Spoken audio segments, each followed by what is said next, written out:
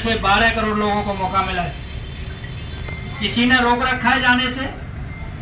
रोक तो नहीं रखा, कोई भी जा सकता है। क्यों नहीं पहुंचा? मैं इसलिए कह रहा हूं कि आज के टाइम में हिमालय के महागुरु, हिमालय के महान योगी जो समाधि भी लगाते हैं और बाहर भी फोटो खिंचाते हैं, प्रैक्टिकल दिखाने के लिए योगी के रूप में यहाँ संसार में एक व्यक्ति है जिन्हें पायलट बाबा कहते हैं। जो व्यक्ति मेरे साथ गए उनके पास फोटो मौजूद है। अभी जब मैं मिला था उनके पास हरिद्वार जाकर के, जापान से आए थे, तो यूँ कहा था, वर्मा जी धन्य है आपको पंडित श्री राम शर्मा आचार्य ने अपने काम में लिया है। हमें तो जन्म लेना पड़ेगा,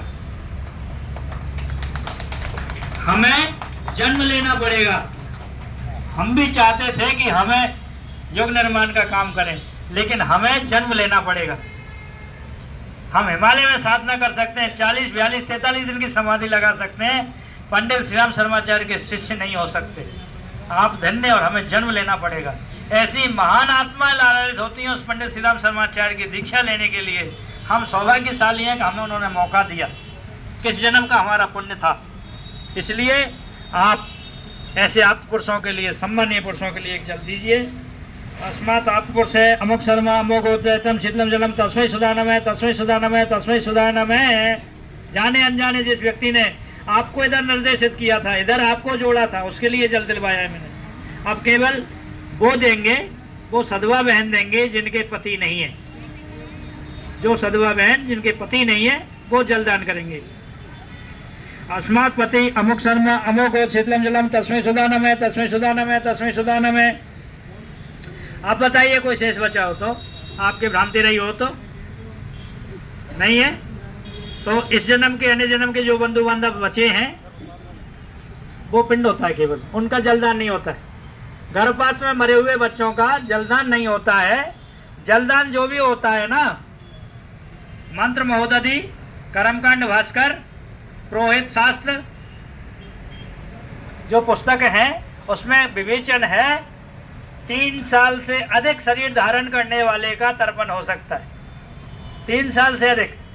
हमारे कोई बच्चा खत्म हो जाता तो क्या करते हैं, हम केवल तीसरे दिन जाके दूध रख के आ जाते हैं। इसके बाद कोई बारहवां नहीं होता है, कोई तर्पण नहीं होता है, कोई ब्राह्मण भोजन नहीं होता है। 3 साल से अधिक जिसने शरीर धारण किया है उस व्यक्ति का तर्पण हो सकता है। उस व्यक्ति की आत्मा को आह्वानित किया जा सकता है। उस व्यक्ति की आत्मा प्रेतात्मा में जा सकती है। उस आत्मा को किसी शरीर में बुला के बात की जा सकती है। मैं यहीं के एक तांत्रिक हैं, तांत्रिक बहल, यमुना पार रहते हैं, जनकपुरी में मकान है। अब तो बेटा शरीर छोड़ दिया, उनके साथ नेपाल गया था। नेपाल की महावारणी खत्म हो गई थी। वहाँ का जो खजाने का ताला है वो नंबर वाला है, नंबर वाला ताला है। यदि उसको तोड़ के खोला जाए, जला के खोला जाए तो नोट अंदर के जल जाएंगे, और नंबर वाला जो नंबर बताएगा जब भी खुलेगा। तो उनकी माँ की आत्मा को छोटे बेटे के ज्यादा प्यार करती थी, उसमें आह्वानित किया गया था और आत्मा ने नंबर बताया, ताला खोला गया था। तो ऐसे आत्मा को आह्वानित किया जा सकता है। लेकिन कौन कर सकता है? जिससे अग्नि तत्व जागृत हो, यानी नित्य यज्ञ करता हो और सूर्य की रोशनी, सूर्य की ऊर्जा जिसने ग्रहण कर ली हो। हमारे गुरुदेव अग्नि स्वरूप हो गए, बिल्कुल सूर्य में समा गए। गायत्री जयंती के दिन शरीर छोड़ा, 24 लाख का महाप्रदर्शन किया। जिनका वायु तत्व जागृत हो, नित्य जप करने से वायु तत्व जागृत होता है। और जिसका आकाश तत्व जागृत हो, आकाश यानी पूरे ब्रह्मांड की बात भला सोचने वाला, पूरे ब्रह्मांड की भला सोचने वाला, वो व्यक्ति का जागृत हो जाने के बाद ये मृत आत्माओं से संपर्क करती हैं और वो उनका कल्याण कर सकता है। अपने जप तप में से उसको दे सकता है, अपने जप तप में से उनको दे सकता है। हम और आप तो केवल प्रणाम कर सकते हैं और उनको निवेदन कर सकते हैं। तो इसमें से जल भरेंगे, अगले पात्र में छोड़ेंगे। पिछले जन्म के जो भी बंधु बांधव रहे हों, 7 जन्म हम ले चुके हैं, 7 जन्मों तक जो पीछे हमको रहे हो, हम तर्पण कर रहे हैं तो कोई हमारा तर्पण कर रहा होगा। हम भी तो कहीं से आए हैं, उनके लिए हम जलदान कर रहे हैं, उस पीढ़ी के लिए जलदान कर रहे हैं। जो बंधु बांधव, पशु पक्षी, जीव जंतु हमारा सहयोग देते हैं। हमारे यहाँ गाय आई और खूब 5 साल दूध दी और चली गई, आज वो मनुष्य में जन्मे, उसको तर्पण देना है हमें। हमारे पास कुत्ता रहा, 3 साल चौकीदारी की और चला गया, वो जीव कहीं मौजूद है। ऐसे सबके लिए हम जलदान करेंगे। इस अंजलि से नहीं दे सकते, उस मुद्रा से नहीं दे सकते, वैसे देंगे जैसे देवताओं को दिया था, उसी तरह इसमें से भरेंगे, उसमें देते जाएंगे। ओम देव सुधा तथा यक्षा नागा गंधर्व राक्षसा पिचासा गो का संदा कुष्मान खगा जले चराज भूमनेला भास्वासी जंतव पेते में वेदंत अखिलेशो नरकेशो समस्तेषु आत्मश्रेष्ठता मया दीयते वारिणम।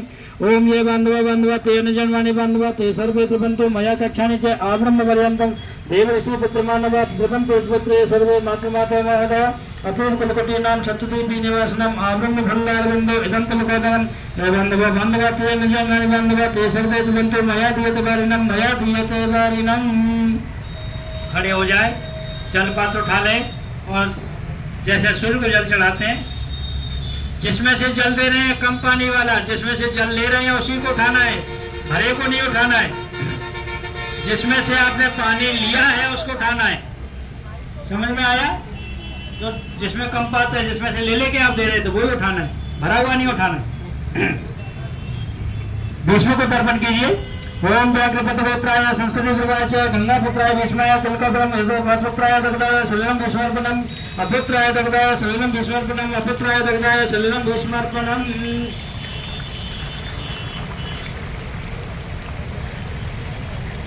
सारे जल दे दे, सारा दे देना, सारे जल डाल देना है, सारा ही डालना है, खाली कर लीजिए और एक बार पानी में डुबो करके इसको साफ कर लीजिए।